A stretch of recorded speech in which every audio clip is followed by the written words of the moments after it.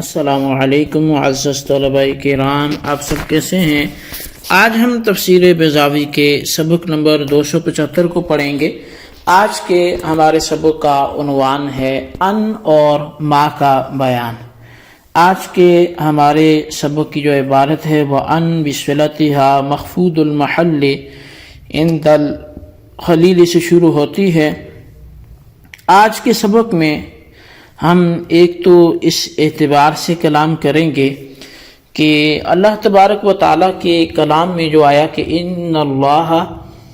لا یستحیی ان یضرب مثلا ما بعوضۃ،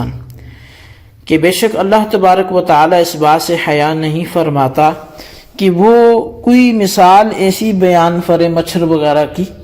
تو اب یہاں پر جو فرمایا گیا کہ ما بعود وطن، تو ما بعود وطن میں جو ما ہے اس پہ ہم نے کلام کرنا ہے،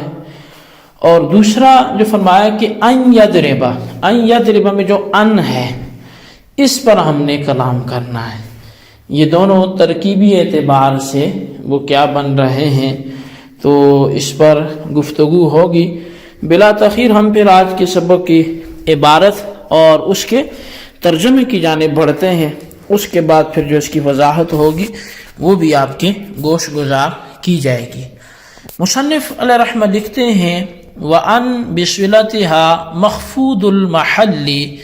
عِنْدَ الْخَلِيلِ بِإِضْمَارِ مِن، اور ان اپنے ما بعد سمیت بتقدیر من مجرور المحل ہے، من کے پوشیدہ ہونے کے ساتھ یہ محلن مجرور ہے اپنے صلہ سمیت، منصوب بافداء الفعل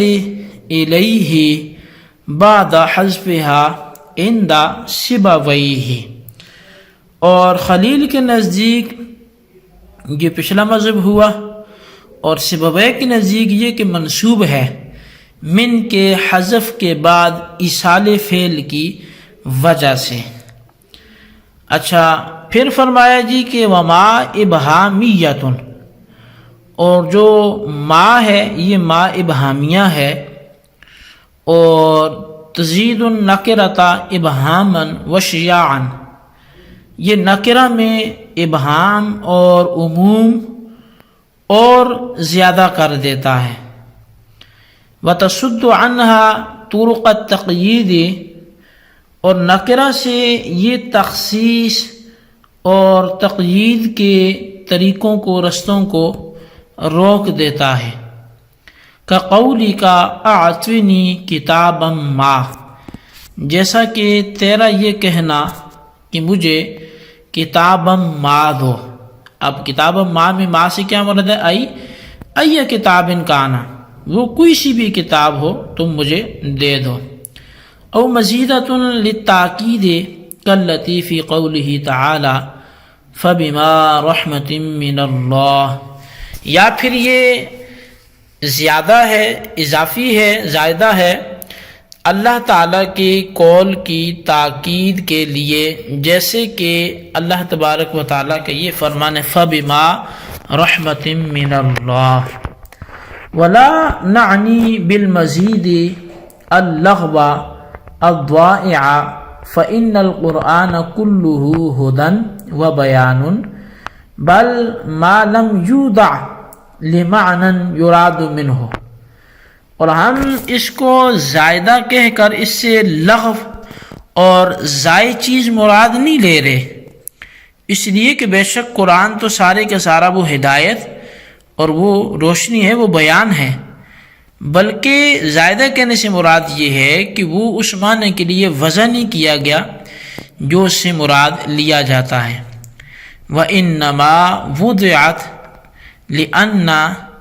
تَذَكُّرَ مَعَ غَيْرِهَا فَتُفِيدُ لَهُ وِسَاقَةً وَقُوَّةً وَهُوَ زِيَادَةٌ فِي الْهُدَى غَيْرُ قَادِحٍ فِيهِ، بلکہ فرمایا کہ مزید سے ہماری مراد وہ لفظ ہے جو ایسے معنی کے لیے وضع کیا گیا ہو کہ وہ دوسرے کلمہ کے ساتھ ذکر کیا جائے اور اس دوسرے کے معنی میں مضبوطی اور قوت پیدا کر دے، اور یہ مضبوطی ہدایت میں زیادتی کا سامان ہے، اس میں نقصان پیدا نہیں کرتی۔ جی طلبہ کرام، یہ تھی ہمارے آج کے سبق کی عبارت اور اس کا ترجمہ۔ اب آئیے اس کی وضاحت کی طرف بھی ہم بڑھتے ہیں۔ سب سے پہلے جو بات ہے ان اپنے صلہ کے ساتھ ہے، تو اصل میں یہ ان یضربا کی ترکیب کا ذکر ہے۔ امام خلیل جو ہیں، یہ جو ائمہ نحو میں سے ان کا ایک بڑا نام ہے، تو ان کے نزدیک یہ مجرور المحل ہے، اور اس کی جو تقدیری عبارت ہے وہ یہ ہے کہ لا یستحیی من ان یضربا مثلا، تو یہاں پر من جو ہے وہ ان یضربا سے پہلے مقدر ہے، مضمر ہے، جبکہ امام سبوی یہ فرماتے ہیں کہ ان کی جو تقدیر ہے وہ بالکل مؤثر نہیں ہے، لہٰذا ان یضربا یہ لا یستحیی کی وجہ سے منصوب ہے، یعنی لا یستحیی ان یضربا میں ڈائریکٹ عامل ہے، اور پھر جو حاشیہ سیالکوٹی ہے تو اس میں بھی جو سبوی کی رائے ہے اسی کو ترجیح دی گئی، اور کہا کہ جو سبوی کا مذہب ہے وہ راجح ہے، کیونکہ اس میں من مقدرہ وہ عمل میں چونکہ ضعیف ہے، تو دوسری صورت میں جہاں مقدر ماننا پڑتا ہے تو اس سے یہ والی صورت جو ہے وہ زیادہ بہتر ہے۔ اچھا، اب چونکہ مثلا ما میں ما ہے، اور جو ما نکرہ کے بعد آتا ہے اس میں اختلاف ہے۔ بعض یہ کہتے ہیں کہ وہ اسم ہے اور ایو شین کے معنی میں ہے، مثلا ما میں ما کو اگر اسم مانے تو تقدیری عبارت پھر کیا ہوگی، مثلا ای مثل کانا۔ اب یہاں پر جو ہے وہ ما ابہامیہ مصنف نے کہا، اور ما ابہامیہ سے اسی مسئلے کی ترجمانی کی ہے۔